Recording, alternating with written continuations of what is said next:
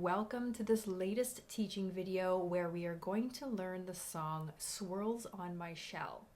This song is a beginner level song, so it's perfect for adults who are just now returning to the piano. But even if you are a little bit more experienced and further down the road on your piano journey, don't worry because there's still lots you can learn from this piece, even though it's a primary level.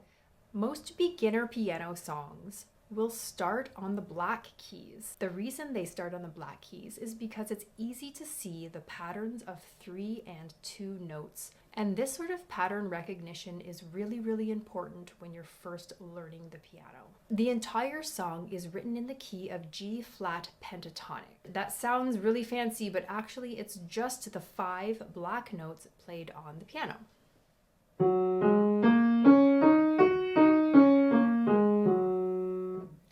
That is the G flat pentatonic scale. When looking at the key signature of this piece, notice that there is one large flat. The one large flat means that all of the notes that you read on the page will be a black note, except for the last 2. Other things you want to look at before starting to play this song, the time signature, which is 3/4, so that means there's going to be 3 quarter note beats per bar, and the strongest beat of that bar is going to be beat 1. So the counting would be 1, 2, 3, 1, 2, 3, or strong, weak, weak, strong, weak, weak.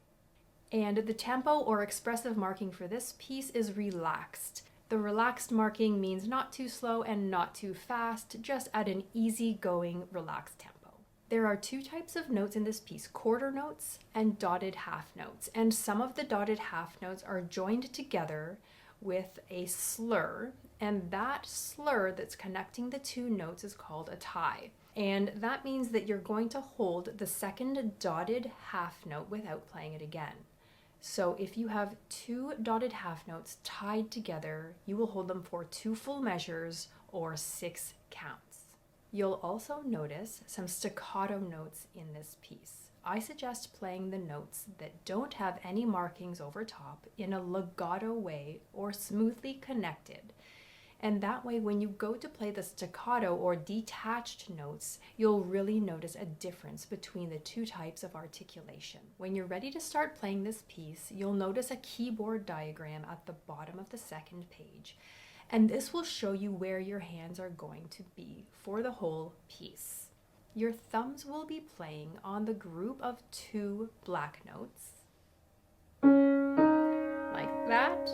And then your fingers 2, 3, and 4 on both hands will be playing on the groups of 3 black notes. This piece teaches contrary motion, which means your hands move in opposite directions. So you could practice this type of motion before even playing the notes on the page. You can use any notes on the piano. For example, if you start on middle C with both thumbs and play out with all 5 fingers and back in, you're playing in contrary motion. If you do that a few times, you'll get used to the feeling of contrary motion, which will be useful before playing this piece. Since I really enjoy using imagery in my music, the title Swirls on My Shell actually refers to the motion that you're going to get when you play in contrary motion. Your wrists and your hands are both going to make sort of a swirling motion. And I also wanted you to picture that swirl in your mind, and so I used a sea snail as the subject of this piece. So when you're playing your contrary motion, think of a swirl, a gentle swirl that your wrists and hands will follow. And I'll demonstrate that motion on the piano as we go through. I'm going to play the notes of the first 2 measures, except I'm going to repeat them a few times so that you can see the wrist motion that I'm talking about.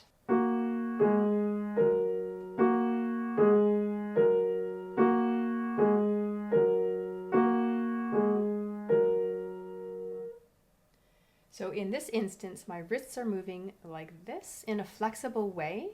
Not too much. I maybe exaggerate it a little bit just so you can see it very well in the video, but I just want you to have that feeling of a flexible wrist and a nice circle when you're playing your contrary motion. When you play measures 8 and 9, the contrary motion is moving in an opposite direction.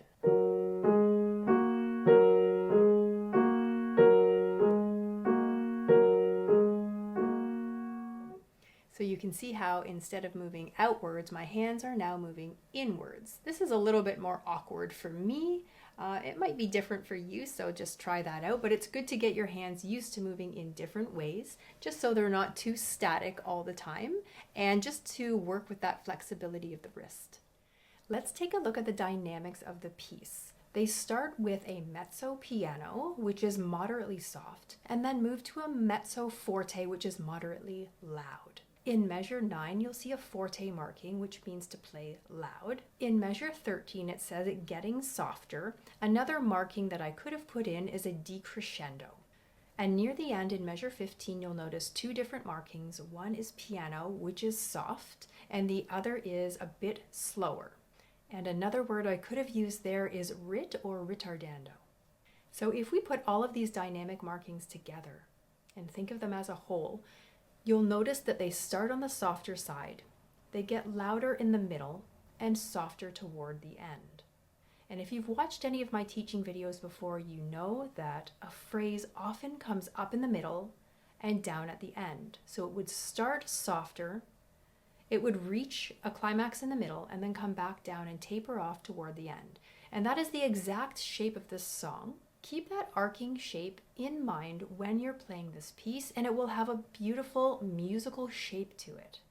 I just want to point out the last two notes are actually played on the white keys. Those notes are E natural and F.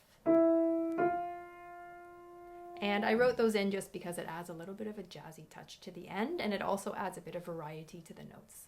I'm going to play through Swirls on My Shell now for you to hear. See if you can hear some of the things that I talked about earlier in this teaching video as I play through.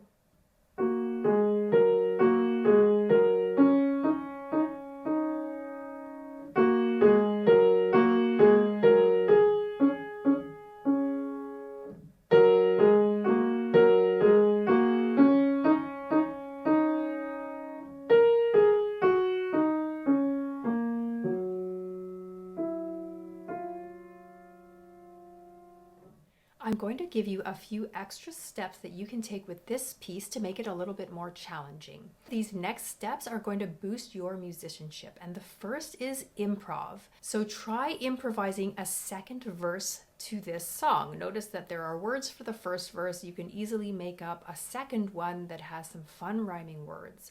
And what might the notes sound like? Stick to the G-flat pentatonic scale, but you can play them in a different order. You don't have to use contrary motion. You could play higher on the piano or lower on the piano, or maybe you could add some pedal. But just have fun experimenting with the improvisation and see what you can come up with. The second thing I would suggest to take this song to the next level is to transpose it. And I would suggest transposing it to G pentatonic. So G-flat and G are one semitone apart, or one half step apart on the piano, which is just one note, right? They're right beside each other. So to transpose this piece from G-flat pentatonic to G pentatonic, you're going to move all of the notes up by one half step or one note. So for example, from G-flat, you're going to play G instead. The piece should sound exactly the same, just a half step higher. The trickiest part of that transposition will be the last two notes, an E natural and an F natural. So you need to transpose those up one half step. And if you want a hint as to what the notes are going to be, one of them will be a black key. I hope you enjoyed learning Swirls on My Shell. I'll see you in the next teaching video.